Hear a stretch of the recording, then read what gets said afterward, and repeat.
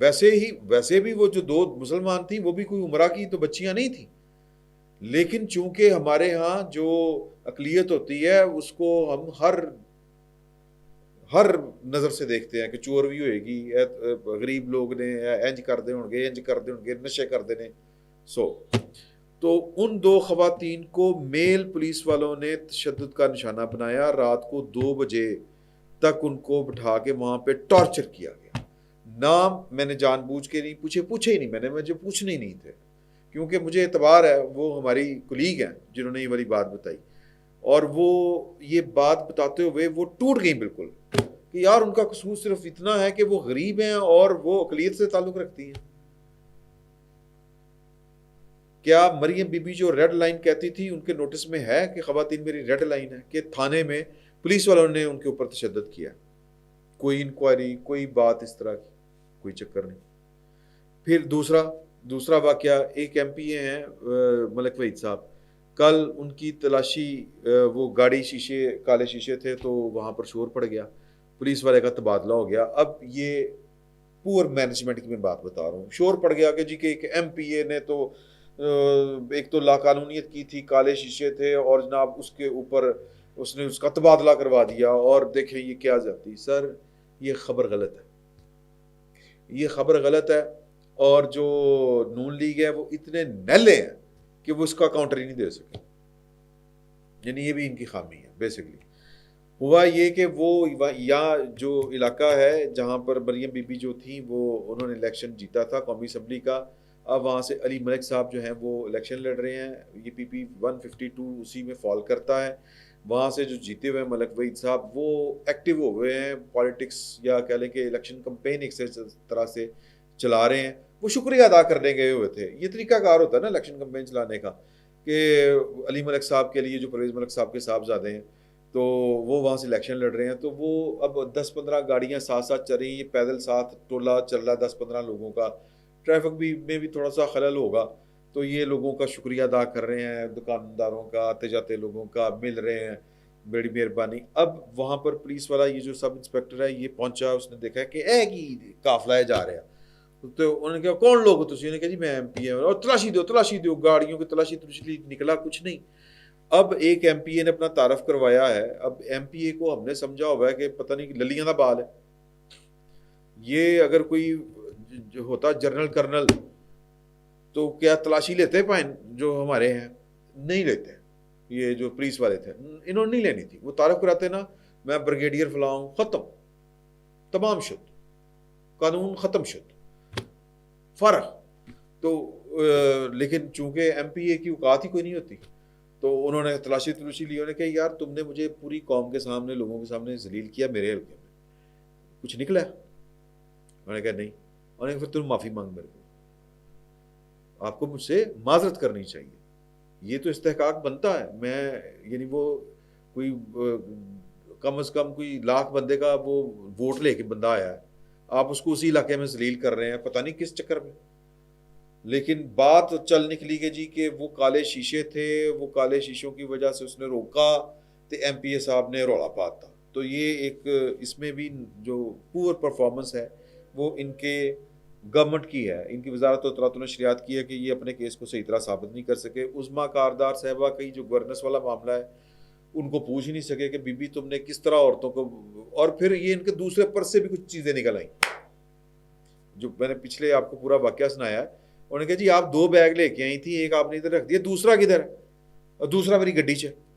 اب جو مجھ تک اطلاع پہنچی ہے تو ہو سکتا ہے کہ اس میں کوئی کمی بیشی ہو، لیکن اس پر بھی عظمیٰ کاردار صاحبہ کو یار خدا کا خوف ہونا چاہیے. اور مریم بی بی نے ابھی تک نوٹس نہیں لیا ہوا ہے. کل میں نے اس کے اوپر ٹویٹ کیا تھا، تو جو مریم بی بی کے جو کارکن ہیں نون لیگ کے، وہ کہہ رہے تھے مریم کو کوئی رپورٹ ہے ہر ٹائم جناب وہ کل ہر چیز ہوئے لے لے گی نوٹس. کیا کہہ سکتے ہیں. آخر پہ آ جائیں، سب سے بڑا کیس پاگل کتے نے کاٹ لیا ہے جی مائیکل اے تھامسن کو. پاگل کتے نے کاٹ لیا ان کو، کیونکہ انہوں نے ریزائن کر دیا ہے ایچسن کالج کے پرنسپل کی سیٹ سے، اور انہوں نے ریزائن کرنے کے بعد ایک خط لکھا ہے اپنے سٹاف کو میں وہ پورا خط اس کا ترجمہ آپ کو پڑھ کے سناتا ہوں۔ ہوا یہ کہ گورنر صاحب نے ان کو کہا کہ جی آج چیمہ صاحب جو اس وقت فیڈرل کیبنٹ کا حصہ ہیں ان کے بچوں کی 3 سالہ فیس جو ہے وہ معاف کر دیں کیونکہ وہ یہاں پہ پڑھ نہیں رہے۔ اب یہ بڑا ٹیکنیکل ایشو ہے، میں جو کہہ رہا ہوں نا کہ پاگل کتے نے کاٹا ہوا ہے مائیکل تھامسن صاحب کو، یا پھر آپ الزام لگائیں کہ وہ بھی عمران زدہ ہے، یا یہ الزام لگا دیں کہ وہ بھی بیسیکلی اس حکومت کے خلاف سازش کر رہے ہیں، یا تو یہ الزام لگا دیں یا پھر چیزیں سامنے لے کے آئیں۔ اب میں جو کہہ رہا ہوں کہ ان کو پاگل کتے نے کاٹا ہے کہ وہ فیسیں بھیج رہے تھے، ہوا یہ کہ آج چیمہ صاحب کے بچے یہاں پہ پڑھتا تھا بچہ، وہ یہاں سے اس کو لے کے اسلام آباد منتقل ہو چکے ہوئے ہیں، تو یہاں سے ان کی فیس جو تھی وہ جاری ہو رہی تھی، تو انہوں نے وہ فیس دینے کے بجائے جو ہے وہ درخواست دے دی گورنر صاحب کو کہ جی کہ سانو فیس کی چکر چھپا رہے ہیں۔ گورنر صاحب نے بورڈ اس کو لکھا ایچ ایس این کے پرنسپل کو، پرنسپل نے انکار کر دیا۔ اب کیوں انکار کیا یہ پرنسپل صاحب کو پتہ نہیں، یہ بتانا میرا تو خیال ہے کہ بتانا چاہیے۔ اب انہوں نے ریزائن بھی کیا ہے، اپنے سٹاف کو بھی لکھا ہے، اور ایچ ایس این کے بورڈ آف گورنر کے اوپر گورنر صاحب کا دباؤ کیا تھا، پچھلے 1 سال سے وہ کہہ رہے ہیں دباؤ ڈال رہے تھے، ناجائز باتیں کر رہے تھے، کوئی 1-2 بتا دینی چاہیے تھی، بتا دینی چاہیے۔ میرا یہ کامن سینس ہے کہ گورنر صاحب جو ہیں وہ چونکہ سیاسی آدمی ہیں، انہوں نے دباؤ ڈالا ہوگا۔ یہ جو پرنسپل صاحب ہیں ان کو کسی پاگل کتے نے نہیں کاٹا، ہمیں پروسیجر کا نہیں اتنا پتا کہ اگر وہ 3 سال سے بچہ نہیں پڑھ رہا تھا تو انہوں نے میرا خیال ہے کہ نام خارج نہیں کروایا ہوگا۔ اب وہاں پر ہمارے جو عام غریب غربا والے اسکول ہوتے ہیں نا سرکاری، وہاں پر تو بچہ جو ہے وہ حاضر نہ ہو رہا ہو تو اس کا نام جو ہے وہ خارج کر دیا جاتا ہے عدم حاضری کی بنیاد کے اوپر۔ یہاں پر پتہ نہیں کیا ایشو ہے کیا نہیں، لیکن پورے کا پورا بورڈ ہے، اور اس بورڈ کے پیکیجز کے مالک جو ہیں سید بابر علی، شنید ہے کہ انہوں نے بھی ریزائن کر دیا کہ آپ نے پرنسپل کے ساتھ غیر مناسب رویہ اختیار کیا ہے، ان کی عزت و توقیر نہیں کی، تو میں بھی لعنت بھیجنا اس بورڈ آف گورنر کے اوپر، میں بھی گھر جا رہا ہوں، ریزائن وہ بھی کر گئے۔ تو آج چیمہ صاحب ہوا یہ کہ انہوں نے خط لکھا گورنر صاحب نے کہ آج چیمہ صاحب کے بیٹے کی فیس معاف کی جائے، پرنسپل نے انکار کیا، تو پھر اس کے بعد انہوں نے نوٹیفیکیشن جاری کر دیا گورنر صاحب نے کہ فیس معاف۔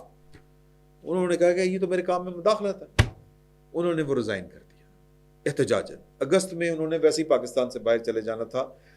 اب انہوں نے اپنے سٹاف کو لکھا ہے خط، انہوں نے کہا کہ ڈیئر سٹاف، آپ نے اب تک پڑھ یا سن لیا ہوگا کہ بورڈ میں کیا ہو رہا ہے۔ میں ایچ ایس این کو اس طریقے سے چھوڑنا نہیں چاہتا تھا، لیکن میں آپ کو بتانا چاہتا ہوں کہ خراب گورننس جاری رہنے کی وجہ سے میرے پاس اس کے علاوہ کوئی چارہ نہیں رہا تھا۔ جب تک میں پرنسپل رہا، میں نے اسکول کی شہرت کو بچانے اور ضرورت مندوں سے ہمدردی کرنے میں کوئی کسر نہیں چھوڑی، لیکن ایسا کرنے اور کچھ خاص لوگوں کو فائدہ پہنچانے کی کھلی پالیسی میں بہت اہم فرق ہے، کیونکہ یہ لوگ چاہتے ہیں کہ ان سے ترجیح سلوک کیا جائے۔ سیاست اور اقربا پروری کی اسکولوں میں کوئی جگہ نہیں۔ گزشتہ 1 سال کے دوران گورنر ہاؤس کی طرف سے کیے گئے متصابانہ اقدامات سے گورننس اور مینجمنٹ تباہ ہوئی، جس پر مجھے آخر ایک لکیر کھینچنا ہی پڑی۔ یہ میرے لیے اور کئی دوسرے لوگوں کے لیے بھی ناقابل یقین ہے کہ اتنے کامیاب اسکول میں بھی ایسی غیر ضروری مداخلت ہو رہی ہے اور اتنی ہٹ دھرمی سے ہدایات دی جا رہی ہیں۔ ایک نیک نیت غیر ملکی کبھی بھی کسی دوسرے ملک میں کسی بدنیت کے ساتھ نہیں جاتا، کسی بدنیتی کے ساتھ نہیں جاتا، اور نہ ہی اس شخص کو کسی ایسے اقدام کی حوصلہ افزائی یا مدد کرنی چاہیے جسے وہ غلط سمجھتا ہو۔ یعنی ان کا مطلب ہے کہ میں باہر کے ملک سے یہاں پر اس لیے نہیں آیا تھا کہ میں یہاں پہ آ کے کام خراب کروں، کوئی بھی نہیں کرتا یہ کام۔ دوسرے ملک میں جا کے اچھی نیت والا آدمی کوئی بدنیتی والے کام نہیں کرتا۔ تو مطلب یہ وہ آگے چل کے کیا کہہ رہے ہیں، یعنی خدا دا خوف ہی کوئی نہیں یار۔ وہ کہتے ہیں کہ اور نہ ہی شخص کو کسی ایسے اقدام کی حوصلہ افزائی یا مدد کرنی چاہیے جسے وہ غلط سمجھتا ہے۔ میں 1 اپریل کو چلا جاؤں گا اور آئندہ داخلوں کی مینجمنٹ میں میرا کوئی کردار نہیں ہوگا۔ میں آخری مرتبہ آپ کی پروفیشنلزم اور وفاداری کا شکریہ ادا کرتا ہوں جو آپ نے میرے اس خوشگوار اور سرگرم دور میں میرے ساتھ نبھائی۔ ہم نے مل کر ایچ ایس این کی تشکیل نو کی۔ میں آپ کو آپ کی اجتماعی اچھائی یاد دلاتا ہوں اور یہ بھی کہ آپ نے آنے والی نسلوں پر بہت زیادہ اثر چھوڑیں گے۔ آپ انہیں بیکار نہ بیٹھنے دیں، انہیں یہ احساس دلائیں کہ انہیں اپنے ذاتی مفادات کے بجائے اعلیٰ مقاصد حاصل کرنے ہیں اور اپنے کردار کو مضبوط کرنا ہے۔ اس طریقے سے قوم خوشحال ہوگی۔ خدا پاکستان اور آپ سب پر اپنی رحمت نازل کرے۔ مائیکل اے تھامسن، پرنسپل۔ سر میں تو یہ بات ماننے کو تیار نہیں ہوں کہ تھامسن صاحب جو ہیں وہ کسی بدنیتی کی بنیاد کے اوپر انہوں نے یہ والا تماشا لگایا۔ ہمارے سیاستدان، گورننس ان کا مسئلہ ہے، ذات ان کا مسئلہ ہے، اور یہ ان کے خلاف بات جاتی ہے۔ یہ بات جب وہ یہ والی حرکتیں کرتے ہیں تو نقصان جمہوریت کا ہوتا ہے، نقصان پاکستان کے عوام کا ہوتا ہے، نقصان ملک کا ہوتا ہے۔ یہ جو پاکستان کے ملازمین ہیں، جو غیر منتخب لوگ ہوتے ہیں، جو پاکستان کی ریاست اور اس کے وسائل کے اوپر موجیں کر رہے ہوتے ہیں، وہ بڑی آسانی کے ساتھ ان واقعات کو ایکسپلائٹ کرتے ہیں اوورآل پاکستان کی ڈیموکریسی کے خلاف، اوورآل پاکستان کے سسٹم اور پولیٹیکل پارٹیز کے خلاف۔ تو نون لیگ کے پاس آ جا کے موقع بچا ہے ایک، اگر اس نے اسی طرح کی ہی کاروائیاں جو ہیں وہ میں کچھ اور کہنے لگا تھا، حرکتیں ہونی ہیں، اسی کے کھاتے میں جانی ہیں، تو پھر مرضی، پھر کچھ نہیں ہو سکتا، پھر وہی ہوگا جو نہیں ہونا چاہیے۔ اس بات کو سمجھیں۔ فی الوقت اتنا ہی، بہت بہت شکریہ۔